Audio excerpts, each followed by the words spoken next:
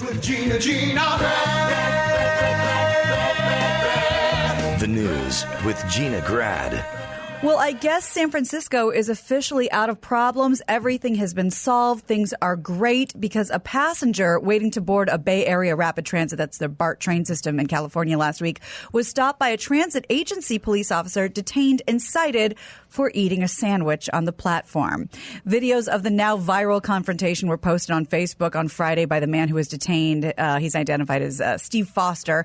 The more than 10-minute long video shows Foster on the Pleasant Hill platform eating a breakfast sandwich while the BART officer, identified as D. McCormick, kind of pulls at his backpack and keeps telling him he's being detained. The video's 10 minutes. Here's about 40 seconds. This is the beginning. On BART. I'm on the You're not on BART. I just explained to you that you were detained. Go, bro. Did I not? Bro, you are detained and you're not go. Bro, you come up here and with me. You single me out of all these people. You're eating. Bro, so what? It's against the law. So what? I tried It'll be done with working on BART. It's a violation of California law. I have the right to detain you. No, you don't. Yes, I do. Can you please let my backpack go? Are you going to cooperate? Yeah, So you cooperating? Leave me the alone. You're going to go to jail. I'm not going to jail for eating a sandwich. No, for resisting arrest. I'm not resisting arrest. You are resisting. I haven't done anything wrong. I haven't done nothing wrong. I watched the video. There's a problem. The problem is cops used to just be able to just walk by and go like, dump the beer in the sand, right. You know, and you'd go, keep moving. Is it illegal? Is it a problem? But you just had to do it because they would fuck your shit up, you know?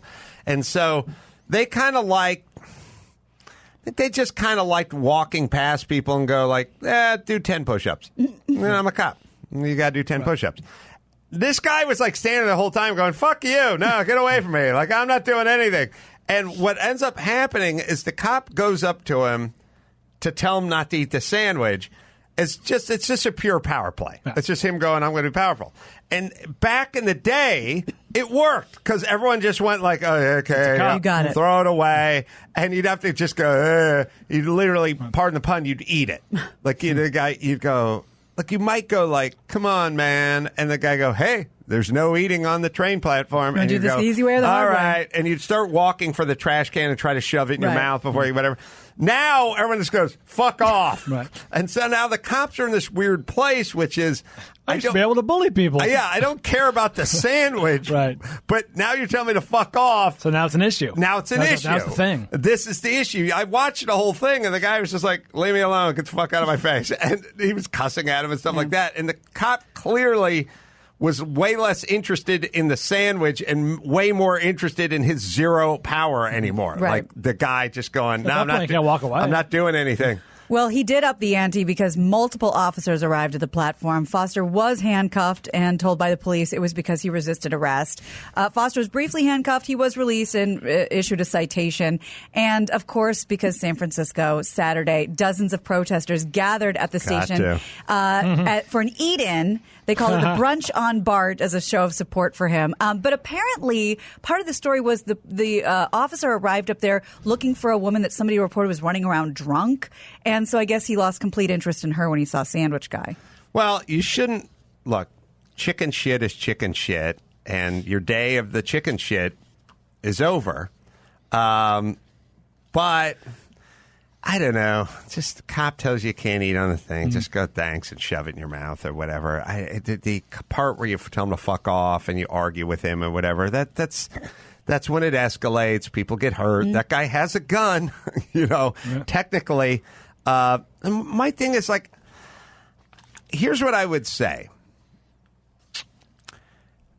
You know the part where, especially like the black community, is like, you can't disrespect me? Like, I don't feel like the guy makes $51,000 a year and he's a fucking idiot. I'm sure his adult daughter hates him. You know what I mean? Like, you're not disrespecting me. I'm just a thing that you're doing, And in your purview. Yes, and my thing is like, me to be someone else. I don't know. It's like, I feel like if a pigeon shits on me while I'm jogging, I don't know. You don't disrespect me. It's like, shake your fist at the sky. Awesome. It's kind Get of back here. It's a kind of a random thing. You're just that person. And the sooner you realize that cop is just one of those guys and you're just one of those people that he runs into, the sooner you're on the train and gone. And I wouldn't internalize it. That's the whole thing. Now, look, I get with the cop. I don't side with the cop. My thing is, like, you have to kind of pick your battles and figure out how many calories you want to burn. And then there is the possibility of being tased or shot or something as this stuff begins to escalate, you know. But anyway. Yeah, so I'm sure that story's not going to go away anytime soon. Speaking of stories that aren't going away, Woody Allen has settled his $68 million lawsuit against Amazon. Let me give you a few details on what happened. Against Amazon. The filmmaker sued the company after it backed out of a 4-picture deal and canceled the release of his completed film called A Rainy Day in New York. It was completed last year. Oh, it's set in New York? Woody's lawyers say Amazon killed the deal because of renewed molestation allegations by his daughter, Dylan Farrow. But Amazon says it was because he made insensitive remarks about the Me Too movement. Terms of the settlement were not disclosed, but sources told Deadline that, quote, there were no winners in the end. I don't know Woody well, but are you sure there wasn't a Me Too confusion? Like they went, who here's into molestation? Me Too. Like it was out of context. Oh, I didn't think of it that way. Like who's on first? Yeah, like all right, Roman Polanski. What other famous director? Me Too. I've done it. What's the name of the other adopted daughter? Me Too. Me Too. That's funny. Me Too. So, Brian, I don't know what you know about this movie. It's out in other places. What? Woody Allen movies are a dime a dozen these days. Is there more molestation stuff? Or the same? We don't know. I mean, that's what Woody's alleging that when all this stuff came out again, Amazon backed away and just said, we don't want anything to do with you. And they're saying, no, he's been making insensitive comments and we don't want anything to do with you. So it's kind of the same. What kind of insensitive comments is he making? Isn't it within their right to, like, if it's going to bring a bad light on their company? Yeah, I guess. That's what they're trying to figure out. Seems like it. Timothy Chalamet, Selena Gomez, Elle Fanning, Jude Law, Rebecca Hall, they're all in this movie. It's been released overseas. We just haven't seen it. Oh, and it says all the stars reportedly donated their salaries to various charities. Has he just made a movie a year for 57 years? Yes. I mean, he's probably gone 18 months or something like that. But like, if we look at his IMDb of like just what he's directed, it's probably close to a movie a year. Well, are there years where he's done 2 movies in a year? I'll bet it averages or out in to 18 months. Yeah, I'll bet it averages out to about a movie a year. That's my guess. He's prolific. He's the guy, he's the legendarily the guy who wakes up every morning and does, and the first thing in the morning, 8 hours of writing. You know what I mean? When he's not on set, you know what I mean? He'll just write. Well, as we got the scoop here first, the Black Crowes have announced their reunion tour, but Chris and Rich Robinson will be joined by no other former members of the band. And that's something we got a little bit of an exclusive on with Steve Gorman not too long ago. The tour starts June 17th in Austin, Texas, wraps in September in Inglewood here in California. I just want to get out of this room, so I'm going to say what he wants to hear and move on. That's right. The Robinsons will play Shake Your Moneymaker in its entirety to mark its 30th anniversary, as well as other hits. It's the first tour together for the brothers since 2013. They'll test out the new lineup at the Bowery Ballroom in New York. They're going to be at the Troubadour in L.A. And the whole lineup, the whole supporting cast features of people you've probably never heard of. None of the other original bandmates. Well, sad, but drummers, bass players, or whatever, they're pretty replaceable. And not only are they replaceable, most people don't know who they were, don't recognize it. Like at a certain point, it's kind of a thing. It's kind of like Jimmy Kimmel Live. Jimmy can't be replaced, and then there's almost everybody else, and that's a lot of people. And some people are harder to replace, but there's only one that really can't be replaced, and that's kind of how the world works. The job is to either be that guy or to be the guy who contributes so much that we don't recognize that you need them. But when these guys, they get out there and it's been 20 years and they're like, do we want to whack the money up 4 ways or do you want to split the money and we'll pay that bass player $300 a night?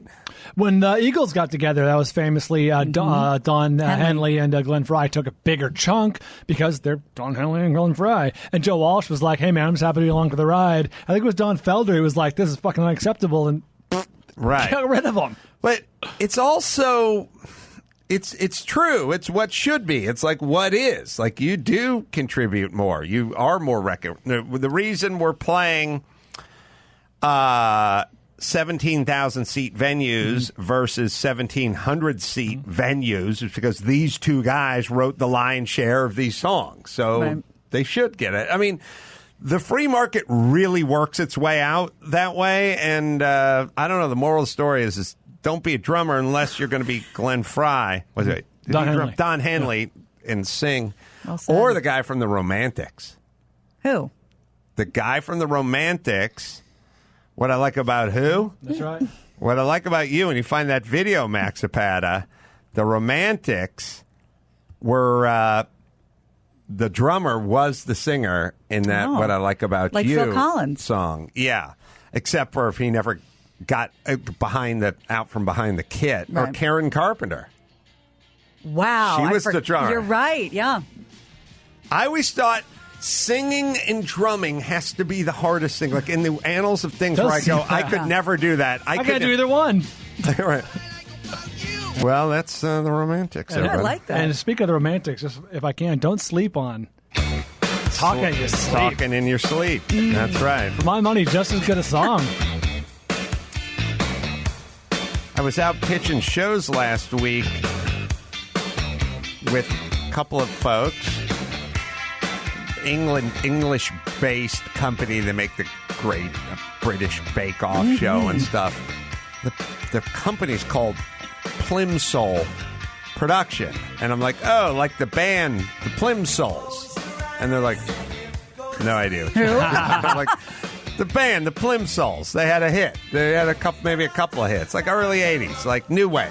Plimsolls. And they're like, I've never heard. I have no idea what that is. How would they have come to that name? The Plimsoll. George Plimpton and who? No, the Plimsoll line is a line that's drawn on the side of a merchant ship. And when they overload the ship, if that line goes under the water, then a lot of people died back in the day because the boats were overloaded. Because it'd be easy to try to overload a Plimsoll line. Like you'd go, you could imagine going, just put one more sack of coffee on there before you go back to India, or whatever, and they would sink. Got it. So they created a Plimsoll line, which I was fine with. But I was like, how do you not know the band, the Plimsolls? Yeah. And they're like, never heard of it. Never heard of it. I like that. And then I was like, this was a hit. This is the biggest song on Spotify. Million miles away. Then we're sitting in the poor guy's office at the History Channel, and I'm like, get the computer fired up, and everyone's sitting at a table, and I'm like, just come on.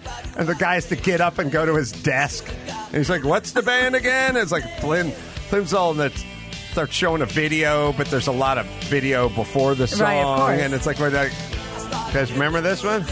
I don't know yet. Let's see. Max Pata. People like this song. I know. And it's in your range, meaning easy.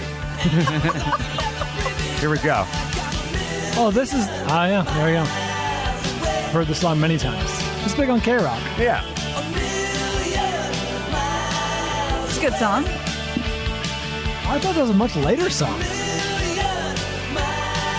Probably came out like 80 or something and then had a comeback in like 89 or something. Like K-Rock played this a lot. Sometimes they do. I wonder what soundtrack this was on that we don't realize.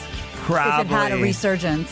Like Reality Bites Something or like something like that. Yeah. All right. Max, ever hear that one? I haven't. Plimsolls. Not an English band, by the way. Yeah, they spell souls differently. Yeah, I had to. Then I spent the rest of the pitch meeting staring at my phone. Where's this band from? How many hits? What about the show, Adam? Huh? Sir, let me tell you about the Plimsolls. We They're want not to English. give you money. There's not an English band. Yeah, no, we want to make a deal with you. We'll give you everything you want. You guys are named after the boat line. Right, but These guys are from Ohio. If you could just sign here, we would love to make all your wildest dreams come true. Not so fast. I want to see what the Plimsolls are up to. Fair enough. All right, sorry. Well, speaking of music, Brian, Be prepared to gloat. Oh, boy. Rod Stewart is interested in having his life turned into a movie now. I don't feel like gloating. It's just this is just the next. just This is is. just the next thing. Having seen successful That's films, what of I call course, it. Elton John's, Freddie Mercury's, all the great movies now coming out lately with plans recently for the Bee Gees. Phil Collins gonna have one of these. Rod says he's in talks for a similar project. He's even got a suggestion as to who should play him. He said in an interview, quote, I'd love to have a film made and my two youngest sons who look like me to be offered to be in it playing young Rod. I have 4 sons and my 9-year-old really does look like me.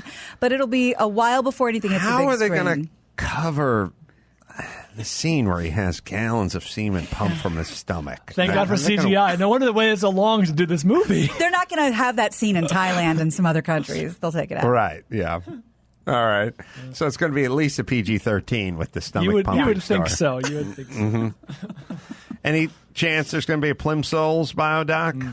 Oh, eventually. Might be a 30 for 30. So, 2 people are dead in a bizarre traffic accident in New Jersey over the weekend. The picture alone is absolutely insane. A Porsche Boxster flew into a second-story office in Toms River, New Jersey in the early hours of Sunday morning. The driver, 22-year-old Braden DeMartin, and his passenger, 23-year-old Daniel Foley, were both killed. The office, which it houses a realty firm, was unoccupied. Nobody in there at the time. Police say DeMartin was driving at a high rate of speed, lost control, hit a highway median, and it launched the car into the building. It's clearly on the second floor. You know what I've noticed from watching lots of episodes of the A-Team? What really launches a car is a shrub. Because Yeah, sure. they'll show these Jeeps going down a dirt road, and then there's a shrub. Yeah. And next thing you know- can't see Couple what's of leaves behind on it, it? but when No. it hits the thing goes It's airborne. airborne. Airborne. Jumps a ravine. Yeah. Yeah, I think Texas Privet is what'll send your car. It could be Ficus, but one of those will send your car airborne. I always love when they go like, the car's going to go airborne. How do we disguise the ramp? I don't know. Put a cardboard box in front of it. Yeah, it's like, would that send a Jeep airborne though? Oh, no. We'll Wait a put a second. shrub in front of it then. Yeah, I don't think Brilliant. that You're Something with promoted. twigs. I think if I drove in a shrub, I think I might go through the shrub. I don't know that I'd go airborne. At the very least, just over the shrub. It provide no resistance whatsoever. None. If you find the beginning of the A-Team, you'll see the Jeep go into the gag where they jump it and they corkscrew it in the air and Oh, it lands on yeah. its whatever. But it's like, you need more than a shrub. That's me. So these guys, Porsche Boxster is a mid-engine. It's a lightweight 2-seat, cheaper Porsche, but like smaller and lighter. It's Right. kind of the Miata of Porsches. Okay. And it's kind of the perfect car to launch. Yeah, and they hit a median. One of those kind of cementy ones that has the thing. I'm It doesn't curious. say. It says a highway median. I know they come in, different shapes and sizes. and they just literally launched into this. Yes. God, let's see, beginning A-Team. You see what happens when a military-style Jeep hits a shrub at 50 miles an hour. Caution. Oh, my God. Airborne. Oh, my. Cautionary tale. Airborne, 50 miles an hour. Sorry. Flipped it on its Oh, side. yeah. Stay away from those shrubs.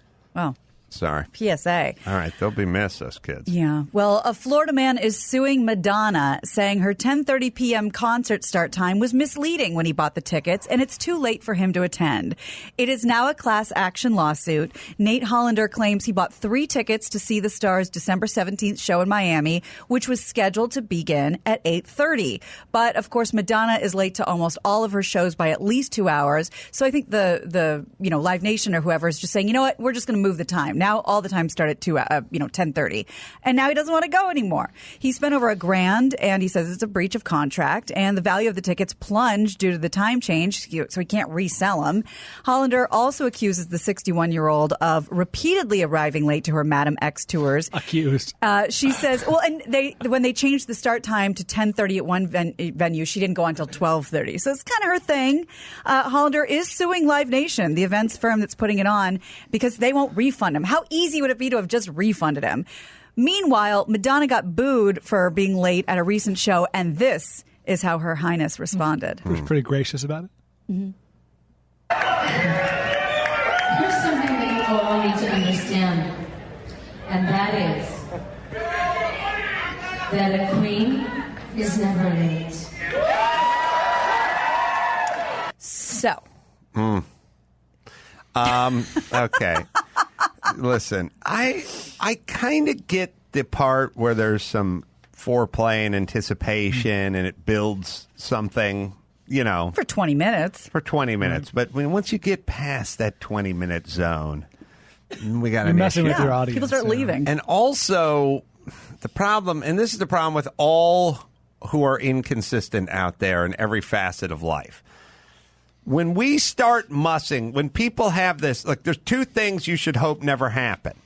You should hope that you never call somebody and your name pops up on their phone and they go, what do they want? Do I have to? I don't know if I'm up for this. I'm going to wait and see what they have to say. I'll call them. I'm not up to it. They shouldn't look at your name and go, what's this going to be this time? Good, could be bad, or it's probably going to be bad. Shouldn't have that. And if anybody ever, and by the way, this is a dude thing with the wives. I just talked to a friend of mine who is. If anyone does that thing where I'm going to start changing the start time of things like movies and concerts and plays and things to accommodate for your constant tardiness. It's a sign. Like when the thing starts at 8, but I'm going to tell you it starts at 7:30 because I'm going to build in a half hour. I know who I'm dealing with. Please kill yourself if people are factoring that in. I'm going to tell him the plane leaves at 8, but it leaves at 9, and that way he'll be in the lobby. So just make it. Please, people, don't have other adults try to bend time around you because you're so inconsistent. And the big problem with this is if she just started 15 or 20 late every time, that'd be fine. But if she's going to go up to 2 hours, or maybe not, maybe it'll be 90 minutes the next night. But now you're going to try to time it. That's the thing. Now it's a thing, and you're trying to time it, and you're bound to miss some things. Yeah, and it's funny because the headline was everywhere because it's such a great headline, like, man sues Madonna because she's late, and it's like, he looks like a jerk-off. But when you read the article, you're like, no, he's right. He should at the very least have been refunded. All right. A Million Miles Away was on the Valley Girl soundtrack. Oh, okay. And but that wouldn't have been... A cover of it by the Goo Goo Dolls is on the Speed There soundtrack. it is. That's the one. That's why it ended back That's up on probably the one I actually know better. Yeah. Oh, really? Yeah, the chorus was very familiar. Yeah. Oh, I don't know if I've even heard the. Did you say Goo Goo Dolls? It was. That's they say Goo Goo Dolls. Oh, let's see if we can hear that one. Go ahead, GinaGrag. Well, I guess just in time for Thanksgiving, wild turkeys are running amok at an over 55 community neighborhood in New Jersey. Residents say turkeys in a large flock are blocking doorways, pecking at cars, being very aggressive, and they are big. Turkeys are. Well, all birds are angry. Turkeys are really angry birds. Yeah. There was a place on Ventura Boulevard a million years ago. It's like a pottery store or something. It had a guard turkey. Was a big old tom turkey, and if you walked down the driveway, that thing would come at you hard. I buy it after seeing some of this video. Residents say that shooing the birds away doesn't do anything. They will bite. Some say that the turkeys have even broken windows in people's houses. Meanwhile, residents say animal control officers are powerless to stop the turkeys because they're not licensed to trap wildlife. And to your point, just in case you're wondering, these tom turkeys, the males, can weigh between 16 and 24 pounds and run up to 20 miles an hour. And terrorizing the elderly in New Jersey. Do you have? I was wrong. I don't know this version better. The original is the one I know. I think that's the one you know. It's paced up a little bit. See, Chris, they covered it. They're smart. Look, and they're a real band. Yeah. And they're a real band. Yeah, they're good. They're good. So good enough for a real band. Yeah. No. You know. Okay. Nothing for you to you know what I'm saying. saying. We got a cruise coming up in 10.5 months. All right. We'll do one more. I want to tell you guys that Shelby American, the doc, is coming out November 19th, and you can get a DVD or Blu-ray or digital, and you can pre-order it at Chassis. So the big movie's coming out this weekend, this Friday, Ford v. Ferrari. But if you want to see the real story, you go to Chassis, 2 S's and a Y, and pre-order it. Thank you. I want to hear about the Secret Service, man. Are we talking about that tomorrow? Oh, yeah. Secret. Well, It's a secret, Brian. It's a secret. them. I'll tell you about Secret Service guys tomorrow. Yes, I have thoughts. All right. Well, when it comes to flying, most of us just want to get to where we're going on the flight that we booked. According to a new survey, 21% of Americans say no amount of money, not even $10,000, is worth being bumped from a flight. 49% said they would need between $2,000 and $10,000 to feel compensated for getting involuntarily bumped. 70% said anything less than $2,000 isn't worth the hassle for missing a flight. I found that fascinating because I have places I need to be these days as an adult, but when I was in college and stuff, anytime they took a volunteer, I couldn't wait to get that extra free ticket or, $50 or... Lynch flew here standby. Yeah, wow. The here that's a and move. back. Oh, for the event? For Last Yeah. Brian? Yeah. Nice. Well, so for your thing, yeah, but he was out for Yeah, ostensibly I for was that. like, I would have bought you a ticket. And he said, Gio set me up. And, Oh, it's awfully nice. said, Oh, yeah, "Fly that's right. I standby." heard about And I'm that. like, That's right. How's that work? And he's like, well, a certain percentage of people aren't going to make That's it. right. And I'm in line. And I dated a I'll girl catch the whose next dad one. worked for America West at the time and for years, and so we flew standby to all over the place. And the trick, not the trick, but the thing is, you may get on that flight, you may not. The trick is show up early in the morning because those are the least populated flights, or you might get the last flight of the day. Yeah. Those middle of the day flights. You're you not might gonna be get there that for cushy 4 You might be there PM. for a while, Yeah. man. yeah, he flew out of Boston on like a 7:05 flight or whatever, and then took off out of here on like a 10:05 or 10:30, sorry, red eye. So he Right. picked the early. He went the Yeah, early and and late. the He late, did it. Two best and bets.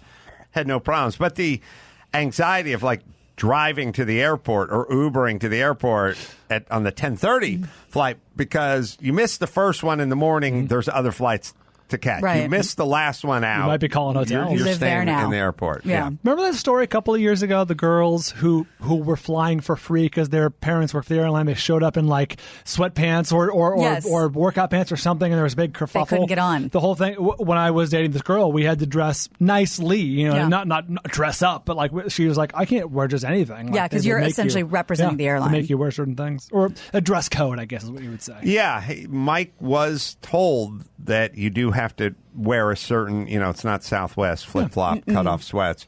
So Sonny just walked past the window there. I don't know if he wants to come in and say hi. Oh, yeah. Give his pod a plug. All right, let's do one more. You got it.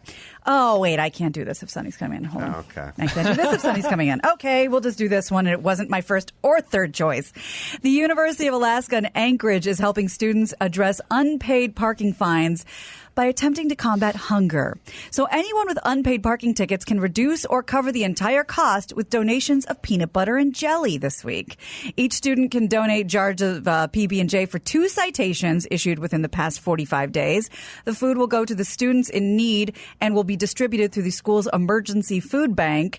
The parking fees will be offset depending on the amount donated. So 2 16-ounce jars are good for a $10 credit, 3 jars for a $35 credit, and 5 jars for a $60 credit. I thought everyone was allergic to peanut butter now. Yeah. Not if you're starving. Yeah, exactly. But also, not if you live in Alaska. you notice it's gone away a little bit. Like everyone's allergic. Everyone we was fixed it. allergic, and we fixed it. Or? I told you, I mentioned a while ago when Tessa was really young, we took her to the doctor for 6 months or whatever. She's give her peanut butter, get her exposed early. And we're like, can do. Right. It's always around our house, so can do.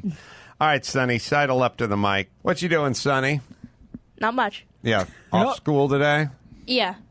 What is Veterans- it? Veterans Day. Yeah. Coming with me to the No Safe Spaces premiere. Yep. Very excited. Oh, Yeah. hence the shirt. You're not wearing a basketball jersey or a No. T-shirt. Yeah, Yeah, that's why I'm wearing a nice that makes shirt. sense. Dress shirt. Makes sense. Yeah, Sonny doesn't like getting dressed up. He doesn't like cutting his hair. He doesn't like many of the rituals of life, right? Yeah. Do you want to play your drop and see if you can match your drop? See what your new voice sounds like yeah. against your old drop? Sure. All right, let's hear the old one. It's just a waste of my time. Like a little boy. Yeah. See what it sounds like now. That's just a waste of my time. He's that's putting nice. it on. He's putting it on. Greg Give me- Brady, give not me- Michael. Or Peter. Yeah, give me 3 clean. Give me variations. That's a waste of my time. That's just a waste of my time? Let's hit one with a little more energy. That's just a waste of my time. Oh, I like that. That's okay. right. That was, We're going it was the best somewhere. one by far. Let's have an angry one. That's just a waste of my time. Nah, real No, angry. I- Come on, let's go. You're not What annoyed, am I Sonny. You're supposed to say? pissed. Yeah, you're angry. You're outraged. Natalia wants to go to cotillion. Ugh, Jesus. Okay. That's just a waste of my time. There you go. I bought That's not bad, yeah. You, good job of direction. You really brought that out of young The key, Adam, if I may, the key is put the actor or the performer in the space where, they're familiar. So Act they know. as if. I know. Are you wearing pants now? I still have my shorts on, but I have my khakis outside. I'm going to change them before we leave. Look at the perfect porcelain skin on this teenager. What teenager gets that? Yeah. I'm I don't know. angry. Also, remember his head was supposed to be misshapen. Oh, yeah, it was because supposed to be he a cone head. didn't wear a helmet. What a mess. His glasses weren't going to sit on his face right. This kid is so informal that when I told him he had to get dressed up, just pants and a shirt to walk the red carpet, he's like, I don't have pants. Oh. I'm like, you don't have pants? None that fit. Haven't bought pants in a year? No, I never wear pants. I mean, it doesn't get cold in Los Angeles, and when it does, it's only like 45 degrees, and that's fine. You know what pants are? Fancy. Oh, just a waste. Come on. They're a Let's waste do of the your waste time. of time. You ready? Let's try it. Oh, You know what pants are? Go ahead. a waste of my time. There you That's go. right, up top. Bring it home. The old duo back together again. All right. So, Sonny, we'll get ready to go hit the road in a few. Yeah. Yeah. Okay. Over the moon. Pumped. Mm-hmm. Ready to see the movie? Yeah. Excited about your dad? Mm-hmm. Okay. Hopefully I can meet Ben Shapiro. Oh. Wow. Maybe Ben Shapiro will be there. Hopefully. It's an attainable goal. It's attainable. Yeah. I could set you up. I know where his office is. All right, good times. Let's bring it home, GinaGrag. You got it. I'm GinaGrag, and that's the news. GinaGrag. That was the news with GinaGrag.